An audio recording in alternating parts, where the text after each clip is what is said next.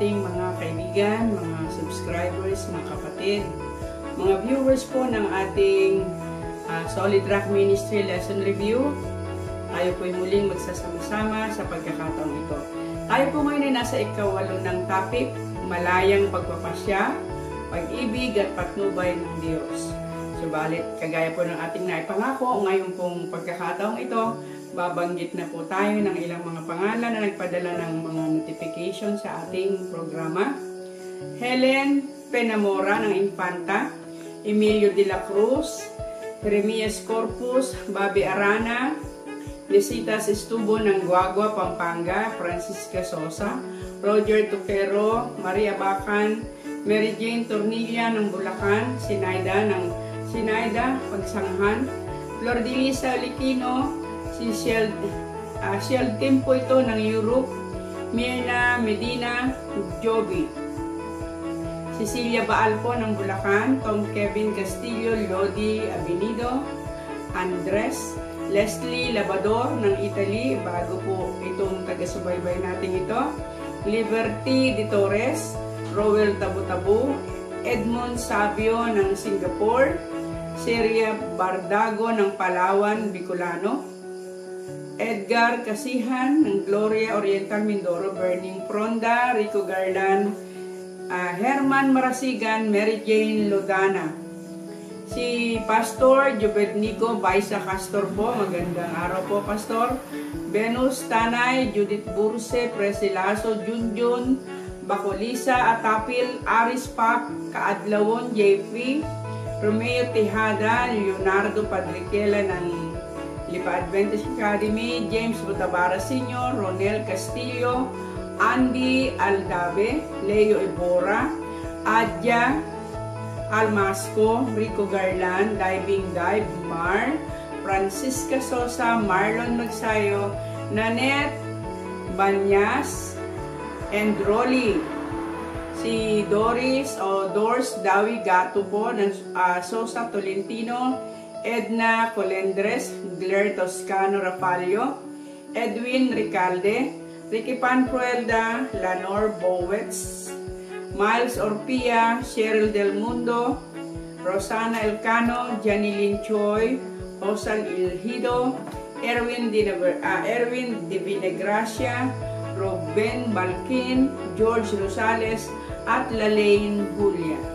At kagaya po ng ating palagi ring sinasabi, kahit po hindi kayo nagpadala ng inyong mga pangalan dito, lahat po ng mga nagsusubscribe at nag-view ng ating programang ito, kayo po ay malugod naming binabati. At kagaya po ng ating sinabi kanina, tayo po ay nasa ika-8 ng topic ngayon, malayang pagpapasya, pag-ibig at patnubay ng Diyos. Kagaya po ng ating palagi ring ginagawa, atin po munang iimbitahan ang presensya ng ating Panginoon. Ama pong makapangyarihan sa lahat, sa pagkakataon po ito, muli po ay mag-aaral kami ng inyong banal na salita sa pamamagitan po ng aming lesson quarterly. Tulungan po nawa ang bawat isa sa amin at ganoon din po ang mga nagsusubscribe, ang nanonood ng programang ito, na kanila pong maunawaan at buksan mo rin po ang puso at isipan ng lahat sa amin, kaming lahat, na nag-aaral ng lesson review na ito, na sana po patuloy naming maunawaan at maging daan upang kami po lalong makalapit sa inyo at lalo naming maunawaan. Ang ating pong talatang sa uluhin ngayon ay makikita natin sa Juan 16:33. Ang mga bagay na ito ay sinalita ko sa inyo upang kayo magkaroon sa akin ng kapayapaan. Sa sanglibutan ay meron kayong kapighatian, ngunit laksan nyo ang inyong loob, aking dinaig ang sanglibutan. Ano nga ba ang pamamatnubay ng Diyos sa lahat ng kanyang nilikha? Ang lahat ng Kristiyano ay naniniwala ng Diyos ay namamatnubay. Subalit ang ilan ay naniniwala na ang Diyos ay nagtatakda ng lahat na marapat maging kilos ng bawat isa. At nagtakda rin siya kung sino ang maliligtas at kung sino ang hindi, sapagkat siya ay makapangyarihan sa lahat. Subalit ang Biblia ay maliwanag na malimit ang tao ay pumipili ng laban sa kalooban ng Diyos at ang Diyos ay nasasaktan. Subalit hindi niya maaaring tanggalin ang kalayaang pumili pagkat ganon ang pag-ibig. Ang pagbabawal kay Adan at Eva ay patunay na pagbibigay kalaya ang pumili. Gayon din naman ang kautosang ipinangangaral ng Ebanghelyo. Pumayo kayo at ipangaral ng Ebanghelyo, ang sino mang sumampalataya ay maliligtas, subalit ang hindi sumasampalataya ay siyang parurusahan. Kung itinakda ng Diyos ang marapat maligtas, anong kabuluhan ng pangangaral? Tingnan po natin ang mga bagay na ito sa pag-aaral na ito.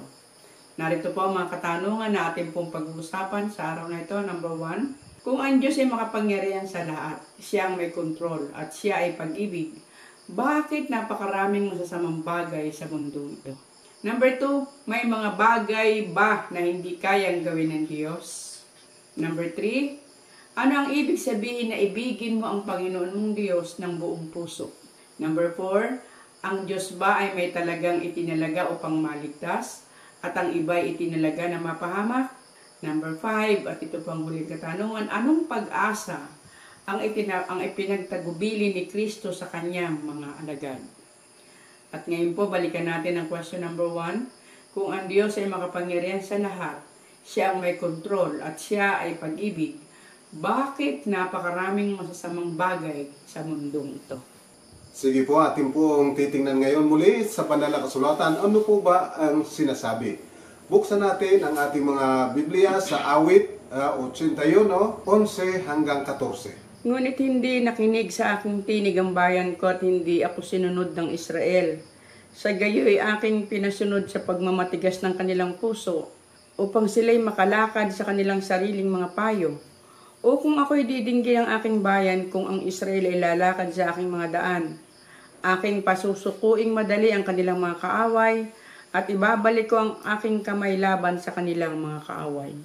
So maliwanag po ang panukala ng Diyos, ibig niyang pagpalain yung kanyang bayang Israel. Subalit ang malungkot, ang wika ng Panginoon, hindi ako sinunod. At ang gusto nila ay masunod yung kanilang nais. So sila'y pinahintulutan ng Diyos na gawin yung kanilang nais at kanilang naranasan ang mga kasamaan na dumating sa kanila. So mga minamahal, ang Diyos po ay pag-ibig, ang Diyos ay makapangyarihan sa lahat, ang Diyos ay siyang may kontrol. Subalit, hindi niya inaalis yung ating kalayaang pumili. Kontrolado niya ang kasamaan. Subalit, kinakailangang pasakop tayo sa Kanya. Kinakailangang matuto tayong sumunod sa Kanya sapagkat bawat kasalanan ay magdadala ng kapahamakan, magdadala ng suliranin sa ating buhay. Kaya ang wika ng Panginoon, sundin kasi ninyo ang aking mga tagubilin.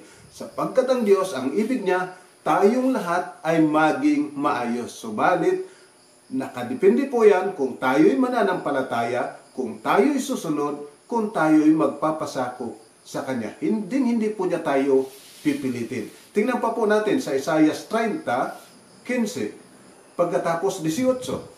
Sapagkat ganito ang sabi ng Panginoon Diyos na banal ng Israel, sa pagbabalik at sa pagpapahinga ay matitiwasay kayo, sa katahimikan at sa pag-asa ay magiging ang inyong lakas at hindi ninyo inibig.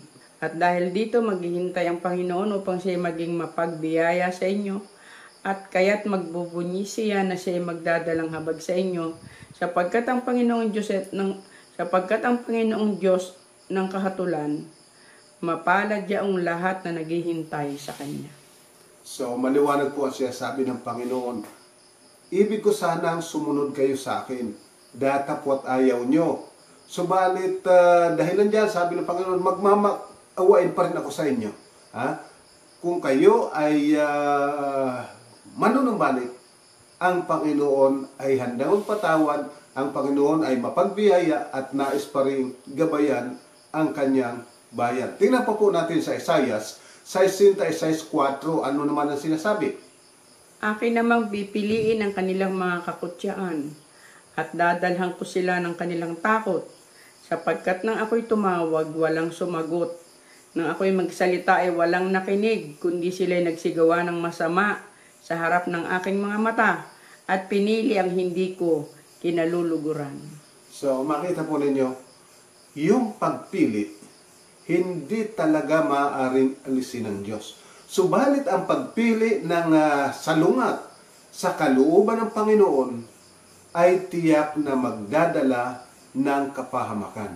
Subalit ang maganda, ang sinasabi, Akin namang pipiliin ang kanilang mga kakutyaan at dadalang ko sila ng kanilang takot. Sapagkat nang ako'y tumawag, walang sumagot. Nang ako'y magsalita ay walang nakinig. So, mga minamahal, napakahalaga po na tayo'y makinig sa sinasabi ng Diyos. Maliwanag po yan sa banal na kasulatan. Tingnan pa po natin sa Lucas 13:34. Ano ang sinasabi ng ating Panginoong Jesucristo? O Jerusalem, Jerusalem, na pumapatay sa mga propeta at bumabato sa mga sinugo sa kanya. Makailang inibig kong tipunin ng iyong mga anak na gaya ng pagtitipo ng inaing manok sa kanyang sariling mga sisiw sa ilalim ng kanyang mga pakpak. At ayaw kayo. So makita po ninyo, ang Panginoon ginagawa ang lahat upang ang kanyang bayan ay maingatan. Subalit hindi niya maaaring pilitin ang tao sa kanyang kagustuhan. Ang tao ang nagpapasya kung susunod ba siya o siya ay tatanggap ng proteksyon mula sa Diyos o magmamalaki na iisipin na kaya niyang protektahan ang kanyang sarili. So baliwanag po, ang Panginoon hindi diktador.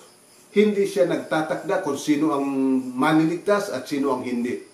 Kundi ang kanyang paanyaya ay para sa lahat. Maging sino ka man. Okay, yan po ang unang katanungan. At ngayon po sa pangalawa nating topic o sa pangalawang tanong, may mga bagay ba na hindi kayang gawain ng Diyos? Alright, titingnan naman po natin dyan sa Apokalipsis 11:17. Ano ang sinasabi ng ating Panginoon?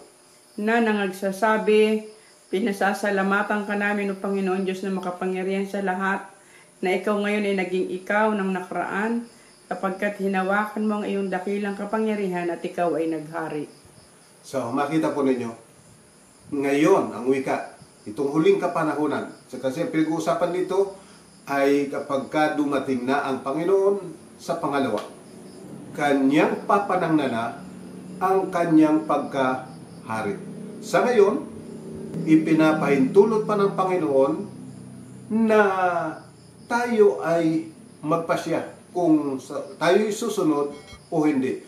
Datapwat sa panahon na ang mga nanampalataya ay matubos na, doon na hahawakan ng Panginoon ang kanyang pagiging hari, palibhasang lahat ng naroon ay mga pawang mga nananampalataya na sa kanya, kumikilala na sa kanya at tinatanggap na siya bilang hari ng kanilang buhay. Tingnan po natin ang sinasabi sa Jeremias 32:17 hanggang 20. Ano naman po ang sinasabi? Panginoong Diyos, narito iyong ginawa ang langit at ang lupa sa pamamagitan ng iyong malaking kapangyarihan at sa pamamagitan ng iyong unat na kamay. Walang bagay na totoong napakahirap sa iyo, minsan, na ikaw ay nagpapakita ng kagandahang loob sa mga libo-libo at iyong ginaganti ang kasamaan ng mga magulang sa sinapupunan ng kanilang mga anak pagkamatay nila. Ang dakila na makapangyarihan Diyos, ang Diyos ng mga hukbo, ay kanyang pangalan. Dakila sa payo at makapangyarihan sa gawa, na ang mga mata ay dilat sa lahat ng mga lakad ng mga anak ng tao, upang bigyan ng bawat isa ng ayon sa kanyang mga lakad at ayon sa bunga ng kanyang mga gawa, na naglalagay ng mga tanda at mga kababalaghan sa lupain ng Ehipto, hanggang sa araw na ito, sa Israel at gayon din sa gitna ng ibang mga tao, at magtaglay ka ng pangalan, gaya sa araw na ito. So, sa Panginoon po, walang bagay na hindi niya magagawa. Maliban po, na i-violate yung ating freedom of choice. Yun ang tanging hindi magagawa ng Diyos. Yung kontrahin niya yung kanyang likas na Diyos ng pag-ibig. At palibhasang Diyos ng pag-ibig, binibigyan niya tayo ng kalayaan. Kaya hindi niya maaaring alisin ang kalayaan sa bawat isa sa atin, sapagkat kung walang kalayaan, walang pag-ibig. Datapwat ang Diyos ay pag-ibig. Tingnan pa po natin sa Lucas 1:37. Ano ang sinasabi? Sapagkat walang salitang mula sa Diyos na di may kapangyarihan. So, sinasabi po na ang salita ng Diyos may kapangyarihan. Kaya napakahalaga na ating papakinggan, ating susundin ang salita ng Diyos sapagkat nariyan ang kapangyarihan upang ating magapi ang kasamaan. Tatandaan po natin, sinabi ng Panginoon, sa sanglibutan ito, marami kayong kapigatian. At sinabi na rin ng Panginoon na ang magnanakaw ay dumarating lamang upang magnakaw, pumatay at pumuksa. Ganyan yung kaaway. Subalit, walang magagawa ang kaaway kung nariyan ang Diyos. Subalit ang Diyos, wala rin magagawa kung hindi natin siya tatanggapin. Tingnan pa natin sa Mateo 19:26. Ano siya sabi? At pagtingin ni Jesus ay sinabi sa kanila, hindi mangyayari ito sa mga tao datapwat sa Diyos. Ang lahat ng mga bagay ay mangyayari. Alright? Maliwanag po, ang lahat ng bagay maaring mangyari sa Diyos. Subalit ulitin ko po, hindi maaaring kontrahin ng Panginoon yung kanyang likas na pag-ibig at hindi niya maaaring kontrahin yung likas ng pag-ibig, yung kalayaan. Tingnan po natin sa Hebreo 1:3. Ano siya sabi? Palibasay siyang sinag ng kanyang kaluwalhatian at tunay na larawan ng kanyang pagka-Diyos at umaalalay ng lahat ng mga bagay sa pamamagitan ng salita ng kanyang kapangyarihan, ng kanyang magawa na ang paglilinis ng mga kasalanan ay lumuklok sa kanan ng karangalan sa kataasan.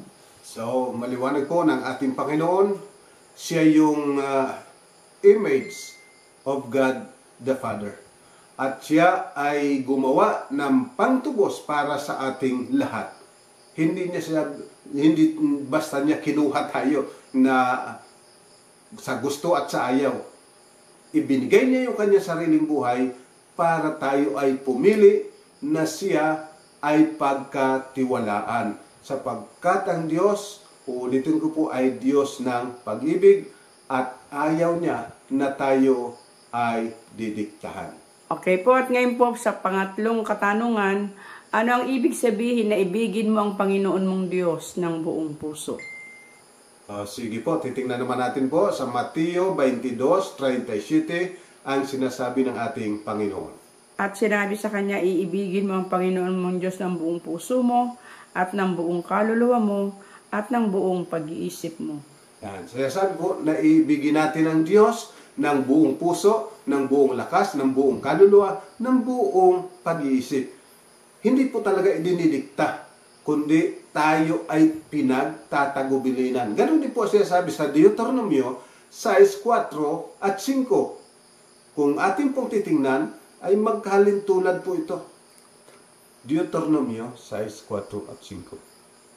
Dinggin mo, Israel, ang Panginoon nating Diyos sa isang Panginoon. At iyong iibigin ang Panginoon mong Diyos ng iyong buong puso at ng iyong buong kaluluwa at ng iyong buong lakas. So, ito po ang pakiusap, ibigin natin siya. Hindi niya maaaring gawin sa atin na ibigin siya. Binibigyan po niya tayo ng kalayaan. Subalit, sa kalayaan na yan, nagbibigay siya ng sapat na katibayan. Tingnan po natin sa Roma 5, talatang 8. Datapwat ipinagtatagubili ng Diyos ang kanyang pag-ibig sa atin, na nang tayo'y mga makasalanan pa, si Kristo ay namatay dahil sa atin. So makita po ninyo, para patunayan na tayo'y mahal na mahal ng Diyos, nang tayo'y mga makasalanan pa, nang wala pa tayong nagagawa, si Kristo ay namatay para sa atin. O gaano kadakilang pag-ibig ng Diyos na marapat na ating pagkatiwalaan, marapat na ating sundin, sapagkat ang Diyos ay gayon na lamang ang pag-ibig sa bawat isa sa atin. Okay po, at ngayon po nasa ika-4 na po tayong katanungan. Ang Diyos ba ay may mga talagang itinalaga upang maligtas at ang iba ay itinalaga na mapahamak? Ayan, ito po ay napakahalaga sapagkat maraming naniniwala na mayroon lang mga ipinag-predestined ang Panginoon na maligtas. Atin pong pakinggang mabuti ang sinasabi sa banal na kasulatan kung gaano katotoo itong kanilang sinasabi. Efeso 1:9 hanggang 11. Ano ang sinasabi?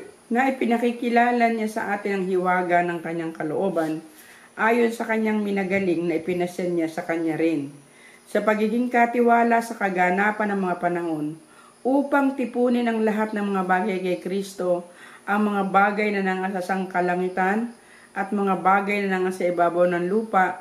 Sa kanya sinasabi ko, tayo rin naman sa kanya ay ginawang mana, na itinalaga na niya tayo ng una pa ayon sa pasya niyaong gumagawa ng lahat ng mga bagay ayon sa pasya ng kanyang kalooban. So maliwanag po ang sinasabi, ha? Ang lahat, pag sinabi pong lahat, lahat ay itinalaga niya at kanyang pinanukala na pagkaisahin ang lahat ng bagay sa langit, lahat ng bagay sa lupa ay kanyang iprenedestin na maligtas. Datapwat, may mapapahamak sapagkat marami ang hindi tatanggap, hindi maniniwala, hindi mananampalataya sa panukala ng Diyos. So, tatanda po natin, hindi iilan lang ang pinili ng Diyos. Ang pinili ng Diyos ay lahat.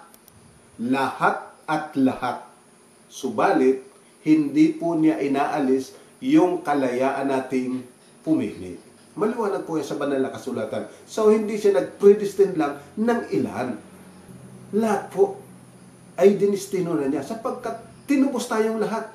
Kaya lang, nakadepende pa rin po sa ating pagpili. Kasi nga, ang Diyos hindi diktador. Sapagkat ang pag-ibig, hindi maaaring magdekta sapagkat kapag kayo direkta mo, hindi na yan pag-ibig. Okay po, at ngayon sa ating pong huling katanungan, number 5, anong pag-asa ang ipinagtagubili ni Kristo sa kanyang mga alagad? Alright, titingnan po natin sa 1:33. Ano siya sabi? Ang mga bagay na ito ay sinalita ko sa inyo upang kayo magkaroon sa akin ng kapayapaan. Sa sanglibutan ay meron kayong kapighatian. Ngunit laksan nyo ang loob, aking dinaig ang sanlibutan. So, it is the reality of life here. Na dito, marami tayong kapighatian. Datapwat hindi galing sa Diyos ang kapighatian yan. Subalit tiyak mayroong kapighatian. Sinasabi ng Panginoon, subalit ang wika niya, laksan ninyo ang loob sapagkat dinaig ko ang sanglibutan. Ibig sabihin, anumang mangyari, kung tayo ay masumpungang nagtitiwala, sumusunod sa Kanya, makatitiyak tayo na tayo ay mabubuhay na maguli at bibigyan ng Diyos ng buhay na wala ng kamatayan sapagkat dinaig na niya ang sanglibutang ito. Subalit ang katotohanan, kagaya ng sinasabi sa 1:10, hindi pumaparito ang magnanakaw, kundi upang magnakaw at pumatay at pumuksa. Ako'y naparito upang sila'y magkaroon ng buhay at magkaroon ng kasaganaan nito. So, maliwanag po, mayroong kaaway sa sanlibutan ito. Na nais tayong puksain. Nais na magnakaw sa atin ng kaligayahan, ng ating kapayapaan. Datapwat ang sabi ng Panginoon, ako'y naparito upang bigyan sila ng buhay at ng kasaganaan nito. So, nasa atin po ang pagpili. Sino ang ating pipiliin? Yung magdadala sa atin sa kapahamakan o yung magdadala sa atin sa buhay ng kasaganaan? Nasa atin po ang pagpili. Hindi po maaaring alisin yan ng Diyos. Kaya ang kasamaan, ang kahirapan, nararanasan natin sapagkat nariyan ang kaaway. Subalit, daig yan ng Panginoon. Sigurado na. Kailangan lang natin magtiwala at pasako sa Kanya. At habang tayo'y nagpapasako, tayo ay Kanyang inililigtas. Datapwat, kung hindi, papahintulutan niyang maranasan natin kung ano ang kahihinatnan ng ating mga pagpili. Okay, at diyan po natatapos ang ating talakayan sa araw na ito. Ibibigay po namin sa inyo ang mga samaring ito ng ating pinag-aralan upang mas lalo po ninyong maunawaan ang mga pinag-usapan natin. Number 1, ang Diyos ay Diyos ng pag-ibig at hindi niya maaaring labagin ang kalayaan ng pagpili. Number 2, lahat ng bagay ay magagawa ng Diyos maliban sa labagin ang kanyang sariling katangian. Number 3, ang pag-ibig ay pag-ibig kung ito ay ginagawa ayon sa sariling pasya. Kaya't ipinakita ng Diyos ang kanyang di mapag-alinlangan ng katibayan ng kanyang pag-ibig. Number 4, itinalaga ng Diyos ang lahat na maligtas, subalit hindi maaaring subayin ang ating kalayaang pumili. At number 5, tayo ay may kaaway, kaya tinihiling ng Diyos na tayo ay magtiwala sa Kanya, sapagkat ibig niyang tayo ay maging ligtas. So mga minamahal, sana po muling nakatulong itong ating maikling pag-aaral na ito, ang pagpapala ng walang Panginoon, makamta natin sama-sama. Tayo po'y manalangin. Ama po namin banal, maraming salamat po sa iyong walang hanggang pag-ibig. Salamat po na kailanman hindi mo nilalabag ang aming karapatang pumili, sapagkat kami ay inyong iniibig at ang pag-ibig ay hindi maging pag-ibig kung ito ay hindi nagbibigay ng kalayaan sa kanyang iniibig. Salamat po sapagkat patuloy mo kaming inaanyayahan na ibigin ka ng buong puso, ng buong kaluluwa, ng aming buong lakas, ng aming buong espiritu. Palibhasang ikaw na aming Diyos ay Diyos na mapapagkatiwalaan, Diyos na makapangyarihan, at Diyos na puspos ng pag-ibig at pagmamahal sa bawat isa sa amin. O Amang Banal, tulungan po nawa kami ng Banal na Espiritu na magkaroon ng ibayong pananampalataya. Patawarin po kami sa aming mga pagkukulat at pagkakasala, lalo tigit sa mga panahon na kami nag-aalinlangan sa iyong pag-ibig. O Amang Banal, patawad po at patuloy nawa ng iyong Banal na Espiritu makasama namin upang kami patuloy na pagkaluban ng inspirasyon na sumunod sa lahat ng iyong mga ipinag-uutos. Salamat po sa pagpapatawad mo sa aming mga pagkukulang at pagkakasala. Salamat po sa katiyakan na kami pong lahat ay iyong pagpapalain kasama po ng aming mga mahal sa buhay. Ang iyo po nawang patuloy na pagpapala makamtan ng bawat kanib ng iglesia ito sa ngalan po ng aming Panginoong Jesus. Amen. So mga minamahal, bueno, tayo po ay malapit na naman na magtapos. Nasa ika-8 na tayo. Subalit salamat, parati kayong nariyan at parati ninyong isinishare, parati ninyong ginagamit ang pag-aaral na ito upang makatulong sa iba. God bless po sa inyo.